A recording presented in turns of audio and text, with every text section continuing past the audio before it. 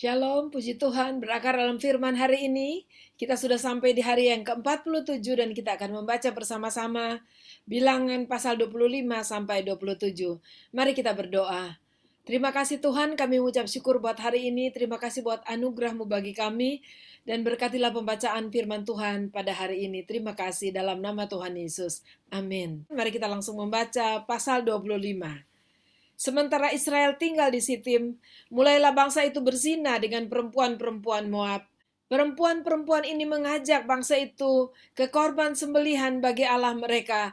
Lalu bangsa itu turut makan dari korban itu dan menyembah Allah orang-orang itu. Ketika Israel berpasangan dengan Baal Peor, bangkitlah murka Tuhan terhadap Israel. Lalu berfirmanlah Tuhan kepada Musa, tangkaplah semua orang yang mengepalai bangsa itu dan gantunglah mereka di hadapan Tuhan di tempat terang, supaya murka Tuhan yang menyala-nyala itu surut daripada Israel. Lalu berkatalah Musa kepada hakim-hakim Israel, baiklah masing-masing kamu membunuh orang-orangnya yang telah berpasangan dengan Baal Peor. Kebetulan datanglah salah seorang Israel membawa seorang perempuan Midian kepada sanak saudaranya dengan dilihat Musa dan segenap umat Israel yang sedang bertangis-tangisan di depan pintu kemah pertemuan. Ketika hal itu dilihat oleh Pinehas anak Eleazar, anak Imam Harun, bangunlah ia dari tengah-tengah umat itu dan mengambil sebuah tombak di tangannya, mengejar orang Israel itu sampai ke ruang tengah dan menikam mereka berdua, yakni orang Israel dan perempuan itu pada perutnya. Maka berhentilah tulah itu menimpa orang Israel. Orang yang mati karena tulah itu ada 24.000 orang banyaknya. Tuhan berfirman kepada Musa, Pinehas anak Eleazar, anak Imam Harun, telah menyurutkan murkaku daripada orang Israel. Oleh karena ia begitu giat membela kehormatanku di tengah-tengah mereka, sehingga tidaklah kuhabisi orang Israel dalam cemburuku. Sebab itu katakanlah, sesungguhnya aku berikan kepadanya perjanjian keselamatan yang daripadaku, untuk menjadi perjanjian mengenai keimaman selama-lamanya bagi dia dan bagi keturunannya, karena ia telah begitu giat membela Allahnya dan telah mengadakan pendamaian bagi orang Israel. Nama orang Israel yang mati terbunuh bersama-sama dengan perempuan Midian itu ialah Simri bin Salu, pemimpin salah satu puak orang Simeon. Dan nama perempuan Midian yang mati terbunuh itu adalah Kosbi binti Sur. Sur itu adalah seorang kepala kaum, yaitu puak di Midian. Kemudian berfirmanlah Tuhan kepada Musa, lawanlah orang Midian itu dan tewaskanlah mereka. Sebab mereka telah melawan kamu dengan daya upaya yang dirancang mereka terhadap kamu dan hal Peor dalam hal Kosbi, saudara mereka, yakni anak perempuan seorang pemimpin Midian. Kosbi itu mati terbunuh pada waktu turunnya tulah karena Peor itu. Pasal 26. Sesudah tulah itu berfirmanlah Tuhan kepada Musa dan kepada Eleazar anak Imam Harun. Hitunglah jumlah segenap umat Israel yang berumur 20 tahun ke atas menurut suku mereka, semua orang yang sanggup berperang di antara orang Israel. Lalu berkatalah Musa dan Imam Eleazar kepada mereka di dataran Moab, di tepi sungai Yordan dekat Yeriko. Hitunglah jumlah semua orang yang berumur 20 tahun ke atas, seperti yang diperintahkan Tuhan kepada Musa. Inilah orang Israel yang telah keluar dari tanah Mesir.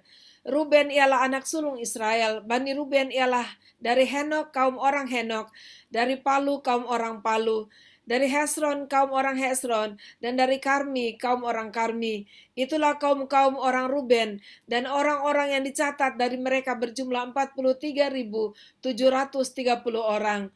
Adapun anak Palu ialah Eliab, dan anak-anak Eliab ialah Nemuel, Datan, dan Abiram. Datan dan Abiram, orang-orang yang dipilih oleh umat itu, ialah orang-orang yang telah membantah Musa dan Harun dalam kumpulan Korah ketika mereka membantah Tuhan. Tetapi bumi membuka mulutnya dan menelan mereka bersama-sama dengan Korah. Ketika kumpulan itu mati, ketika ke-250 orang itu dimakan api, sehingga mereka menjadi peringatan.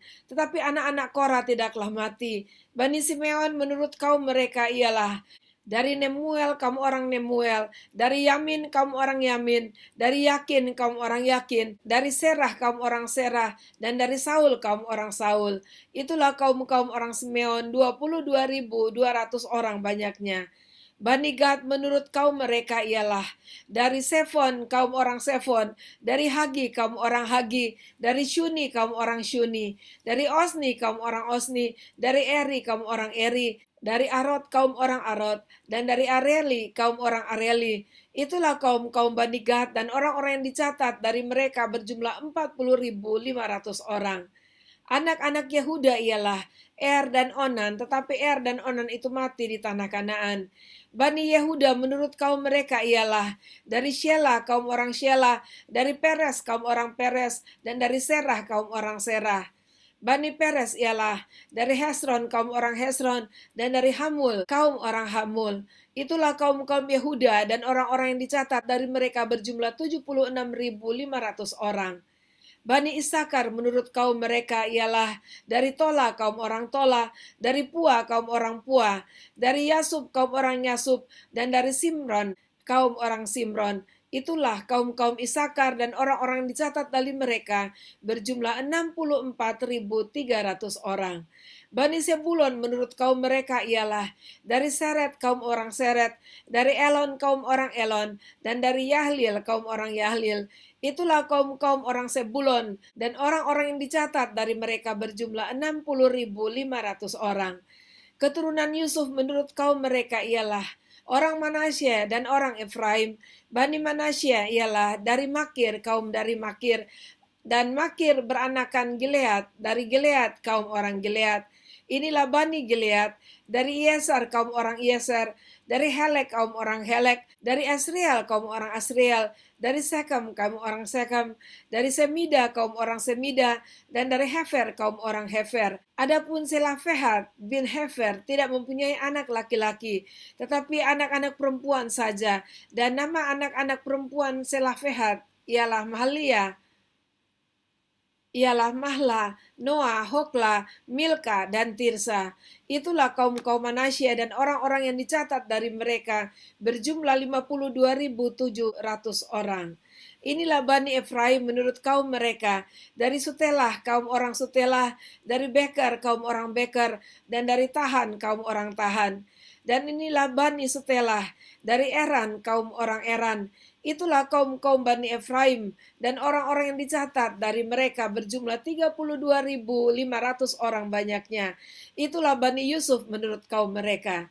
Bani Benyamin menurut kaum mereka ialah dari Bela kaum orang Bela, dari Asibel kaum orang Asibel, dari Ahiram kaum orang Ahiram, dari Sefufam kaum orang Sefufam, dan dari Hufam kaum orang Hufam. Dan anak-anak Bela ialah Aret dan Naaman. Dari Aret kaum orang Aret, dan dari Naaman kaum orang Naaman. Itulah Bani Benyamin menurut kaum mereka, dan orang-orang yang dicatat dari mereka berjumlah 45.600 orang. Inilah Bani Dan menurut kaum mereka, dari Suham kaum orang Suham. Itulah kaum-kaum Dan, dan menurut kaum mereka. Segala kaum orang Suham, orang-orang dicatat dari mereka berjumlah 64.400 orang. Bani Asyir menurut kaum mereka ialah dari Yimna kaum orang Yimna, dari Yiswi kaum orang Yiswi, dan dari Beria kaum orang Beria. Mengenai Bani Beria, dari Heber kaum orang Heber, dan dari Malkiel kaum orang Malkiel. Dan nama anak perempuan Asyir ialah Serah. Itulah kaum-kaum Bani Asyir, dan orang-orang yang dicatat dari mereka berjumlah 53.400 orang. Bani Naftali menurut kaum mereka ialah dari Yahsiel, kaum orang Yahsiel, dari Guni, kaum orang Guni, dari Yeser, kaum orang Yeser, dan dari Shilem, kaum orang Shilem. Itulah kaum-kaum Naftali menurut kaum mereka, dan orang-orang yang dicatat dari mereka berjumlah 45.400 orang. Itulah orang-orang yang dicatat dari orang Israel, 601.730 orang banyaknya. Tuhan berfirman kepada Musa, kepada suku-suku itulah harus dibagikan tanah itu menjadi milik pusaka menurut nama-nama yang dicatat. Kepada yang besar jumlahnya haruslah engkau memberikan milik pusaka yang besar. Dan kepada yang kecil jumlahnya haruslah engkau memberikan milik pusaka yang kecil. Kepada setiap suku sesuai dengan jumlah orang-orang yang dicatat haruslah diberikan milik pusaka. Tetapi tanah itu harus dibagikan dengan membuang undi. Menurut nama suku-suku nenek moyang mereka haruslah mereka mendapat milik pusaka.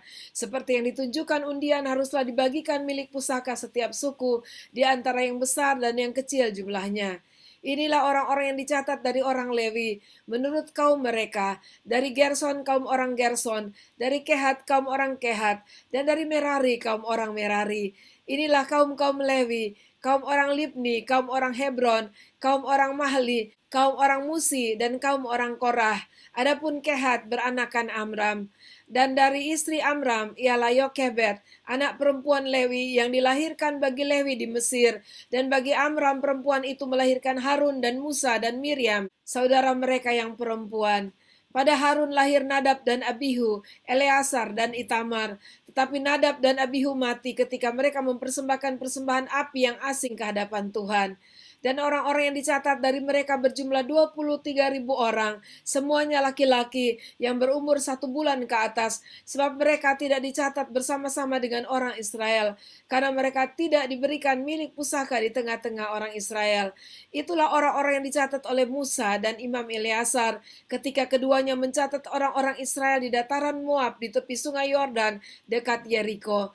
Di antara mereka tidak ada terdapat seorang pun yang dicatat Musa dan Imam Harun ketika keduanya mencatat orang Israel di padang gurun Sinai. Sebab Tuhan telah berfirman tentang mereka, pastilah mereka mati di padang gurun, dan mereka itu tidak ada seorang pun yang masih tinggal hidup selain dari Kaleb bin Yefune dan Yosua bin Nun. Pasal 27. Kemudian mendekatlah anak-anak perempuan Salafehat bin Hefer bin Gilead bin Makir bin Manasya dari kaum Manasya bin Yusuf. Nama anak-anaknya itu adalah Mahla, Noah, Hokla, Milka, dan Tirsa.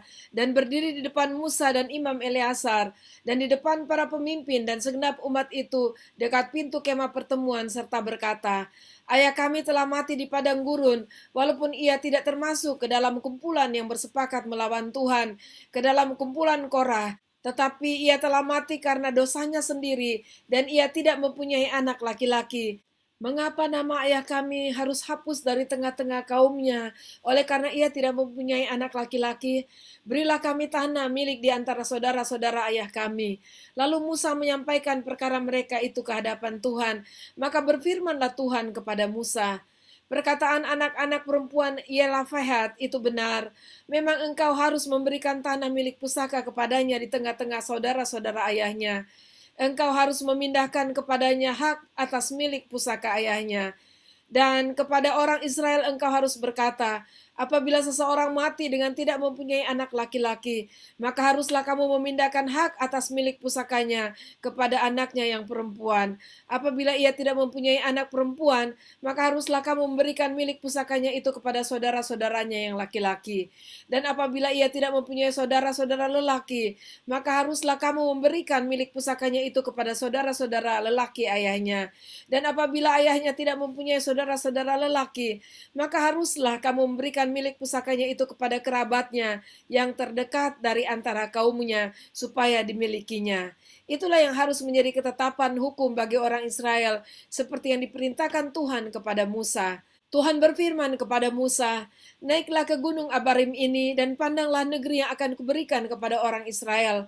Sesudah engkau memandangnya, maka engkau pun juga akan dikumpulkan kepada kaum leluhurmu, sama seperti Harun abangmu dahulu. Karena pada waktu pembantahan umat itu di padang gurun Sin, kamu berdua telah memberontak terhadap titahku untuk menyatakan kekudusanku di depan mata mereka dengan air itu. Itulah mata air Meribah, dekat Kades di padang gurun Sin. Lalu berkatalah Musa kepada Tuhan, biarlah Tuhan Allah dari roh segala makhluk mengangkat atas umat ini seorang yang mengepalai mereka waktu keluar dan masuk, dan membawa mereka keluar dan masuk, supaya umat Tuhan jangan hendaknya seperti domba-domba yang tidak mempunyai gembala. Lalu Tuhan berfirman kepada Musa, ambillah Yosua bin Nun, seorang yang penuh roh, letakkanlah tanganmu atasnya. Suruhlah ia berdiri di depan Imam Eleazar dan di depan segenap umat. Lalu berikanlah kepadanya perintah-Mu di depan mata mereka itu, dan berilah dia sebagian dari kewibawaanmu, supaya segenap umat Israel mendengarkan dia. Ia harus berdiri di depan Imam Eleazar, supaya Eleazar menanyakan keputusan Urim bagi dia di hadapan Tuhan. Atas titahnya mereka akan keluar, dan atas titahnya mereka akan masuk, ia beserta semua orang Israel, segenap umat itu. Maka Musa melakukan seperti yang diperintahkan Tuhan kepadanya. Ia memanggil Yosua dan menyuruh dia berdiri di depan Imam Eleazar dan di depan segenap umat itu. Lalu ia meletakkan tangannya atas Yosua dan memberikan kepadanya perintahnya, seperti yang difirmankan Tuhan dengan perantaraan Musa. Demikianlah pembacaan firman Tuhan kita pada hari ini. Dan pembacaan kita diwarnai dengan pencatatan dari keturunan bangsa Israel, keturunan Yakub. Kita juga melihat di sini akhir dari kepemimpinan Musa, di mana Tuhan berbicara kepadanya untuk segera meneruskan kepemimpinannya kepada Yosua bin Nun. Nah, saudara yang kekasih di dalam Tuhan, kita belajar bahwa hidup dan mati manusia ada dalam tangan Tuhan. Sebab itu kalau Tuhan masih mengaruniakan kita kesempatan untuk hidup, mari kita lakukan dengan baik, lakukan dengan benar, lakukan dengan terbaik apapun yang menyenangkan dan sesuai dengan kehendak Tuhan. Mari kita berdoa. Terima kasih Tuhan, biarlah kami boleh belajar dalam hidup ini ya Tuhan, agar kami boleh berlaku benar di dalam kehidupan kami, agar kami tidak menyia-nyiakan setiap kesempatan yang Tuhan beri kepada kami dengan melakukan hal-hal yang bodoh, yang akhirnya mencelakakan kami sendiri. Terima kasih Tuhan, dan kami minta biarlah Tuhan menolong kami, agar kami diberkati Tuhan sepanjang hari ini. Haleluya. Amin. Puji Tuhan, sampai ketemu besok. Tuhan Yesus memberkati.